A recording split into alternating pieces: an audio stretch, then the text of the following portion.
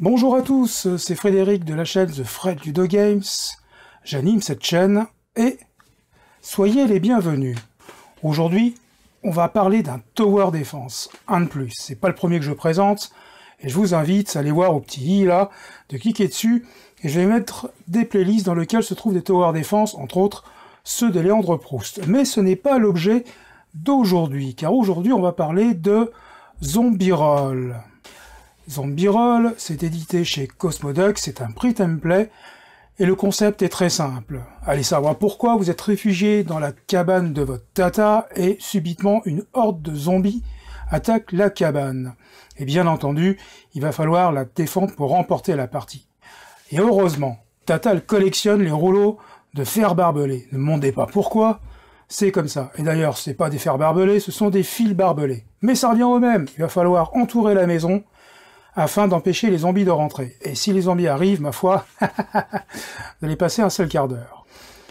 Alors avant toute chose, on va faire de la pub. Oui, on va faire de la pub sur The Fred Ludo Games. C'est jamais arrivé, c'est la première fois. Allez Fred, lance la pub.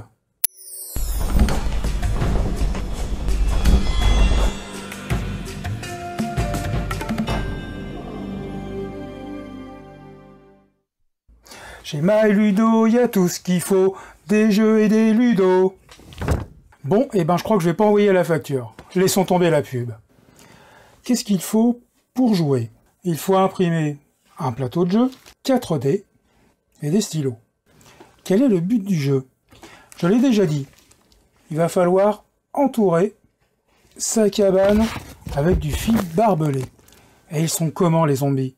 Ils sont pas mal. D'ailleurs, il y a 3 types de zombies. Dans la règle, on va vous décrire le premier qui est ici, qui est le zombie classique. Il avance d'une case, il fait un point de dégâts, il a qu'une seule envie, vous sucer le cerveau. Ensuite, il y a le runner. Le runner, avant de devenir un zombie, était un sportif, et malheureusement pour vous, il en a gardé ses aptitudes.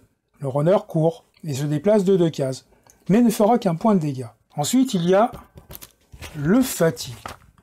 Dans son ancienne vie, le fatty était adepte du McDonald's avec ses hamburgers crasseux et ses frites bien grasses, et en a gardé la physionomie. Il est lent, il est con, mais par contre, s'il arrive à la cabane de tata, il casse tout et vous perdez la partie. Il y a combien de phases de jeu? Il y a 2 phases de jeu. La première, c'est la phase de protection. C'est là où vous allez étendre votre fil barbelé autour de la cabane de tata pour la protéger. La deuxième phase, qui est la phase invasion, c'est les zombies qui vont venir vers la cabane, et même si vous n'avez pas invité les zombies. Et comment se déroulent les tours de jeu?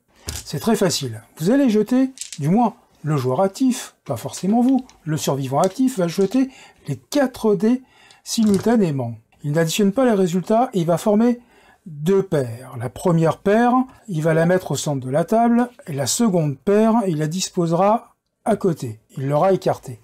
Pendant la phase protection, la paire que le joueur actif a mis au centre de la table va lui permettre de tracer les barbelés autour de sa maison pour protéger la cabane à tata. La deuxième paire qu'il a écartée, lui, servira à poser les zombies, ceux qui avanceront justement vers la cabane de sa chère tata. En revanche, pour les autres joueurs, c'est exactement l'inverse. Ils défendront et poseront les barbelés avec les dés qui ont été écartés par le joueur actif, et ils utiliseront la première paire de dés, celle du centre de la table, pour les zombies.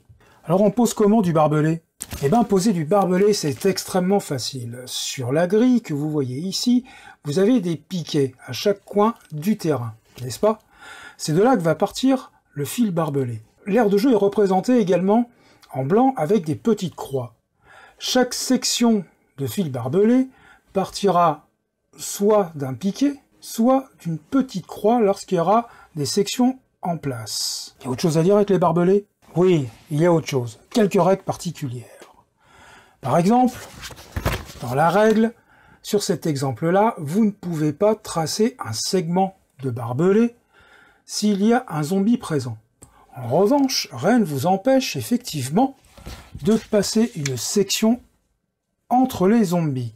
Enfin, le rôle principal du barbelé, c'est d'arrêter les zombies. Un zombie qui rencontre un fil barbelé arrêtera sa poursuite et ne sera plus en jeu. Comme quoi c'est con un zombie.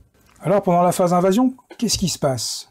Pendant la phase invasion, Les zombies vont partir sur les cercles situés en bord de jeu, que vous trouvez ici. Vous notez le résultat des dés, d'accord? Soit 1, 2, 3, 4 ou 5, qui vont définir les types de zombies. Lorsqu'il y aura un 6, on en reparlera un peu plus tard. Et puis, vous faites avancer les zombies en ligne droite. Un zombie, c'est con comme un manche, ça va toujours tout droit, ça se pose pas de questions. Attention, le runner avancera de 2 cases. Je vous rappelle, pour savoir comment se déplacent les zombies, vous vous reportez à la table qui est ici. Alors, pour les déplacements de zombies, il y a quand même quelques règles particulières. D'abord, un zombie ne se déplace que d'une fois pendant son tour. On ne peut pas le déplacer 2 fois d'affilée. Ensuite, les zombies doivent toujours provenir de différents côtés. Sachez également que lorsque l'ensemble des emplacements de zombies seront remplis, lors de la phase d'invasion, on poursuivra le chemin des zombies. Et pour cela, on se reportera aux valeurs de dés. On déplacera les zombies dont la valeur du dé correspond à ceux qui sont déjà en place. Et si par malheur, vous n'aviez pas la possibilité de le déplacer, soit parce que le zombie ne peut plus avancer à cause du barbelé, soit parce que ce type de zombie n'est pas présent dans votre jeu, auquel cas, vous faites avancer 2 zombies du même côté.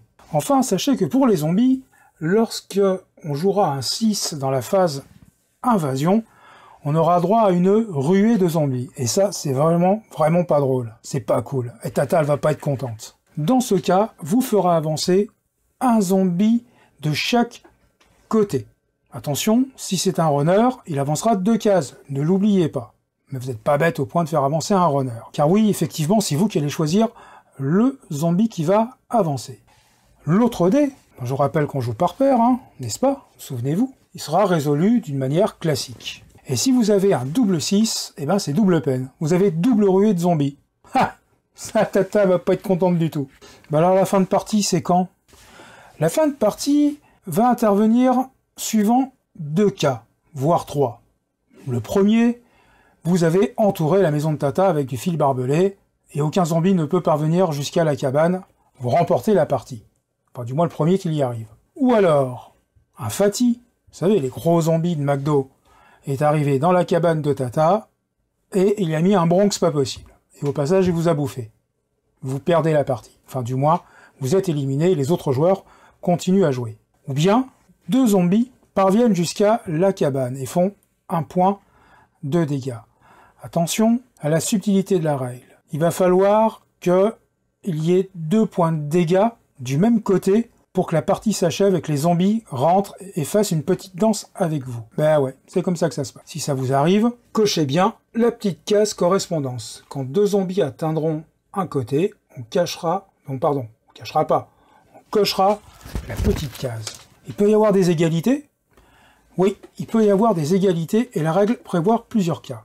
Si lors d'un même tour, 2 joueurs ou plus arrivent à fermer l'enclos de protection autour de la cabane, c'est celui qui a la cabane la moins endommagée qui remporte la partie.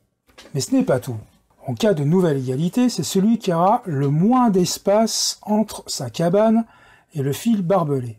Et enfin, si on ne peut pas départager les protagonistes, il y a un ver géant qui sort du sol et qui mange tout, strictement tout. Zombie, cabane, Tata et vous avec. Et tout le monde a perdu. Et ne demandez pas ce que fout ce ver géant de la planète Arrakis, dit Dune, dans ce jeu. Il faudra peut-être poser la question aux auteurs. D'ailleurs, je leur pose ouvertement la question. Pourquoi un ver géant? Pourquoi pas un cheval enragé ou, je sais pas moi, un loup zombie? Il y a une version solo. Oui, il y a une version solo. C'est également prévu par la règle. La modification est la suivante. Sur un jet de dés, s'il y a 1 ou 2 6, c'est automatiquement une ruée de zombies. Et si j'ai bien compris la règle, même en phase de protection. Bon courage. C'est pas de moi, c'est dans la règle. C'est tout, c'est la fin. Vous savez maintenant jouer à Zombie Roll. Franchement, il est super fun. Moi, je me suis bien marré. J'ai pris une rouste, clairement, contre ma conjointe. J'ai pris clairement une rouste. Elle a eu le temps de fermer sa cabane, faire la vaisselle, faire une bise à Tata, lui préparer à manger. Et moi, j'avais déjà un Fatih dans ma baraque en train de me refaire la déco. C'est comme ça, ça arrive. C'est un super jeu. On remercie Cosmodoc. Et puis, je vous dis comme d'habitude. Un bon jeu, et surtout de rester chez vous pour l'instant. Dans quelques temps, peut-être plutôt dans quelques jours, on va pouvoir commencer à ressortir, avec un peu de protection. On va pouvoir aussi revoir nos amis préférés pour des parties endiablées. De jeu. Non mais... Et je vous dis à bientôt sur la chaîne The Fred Ludo Game.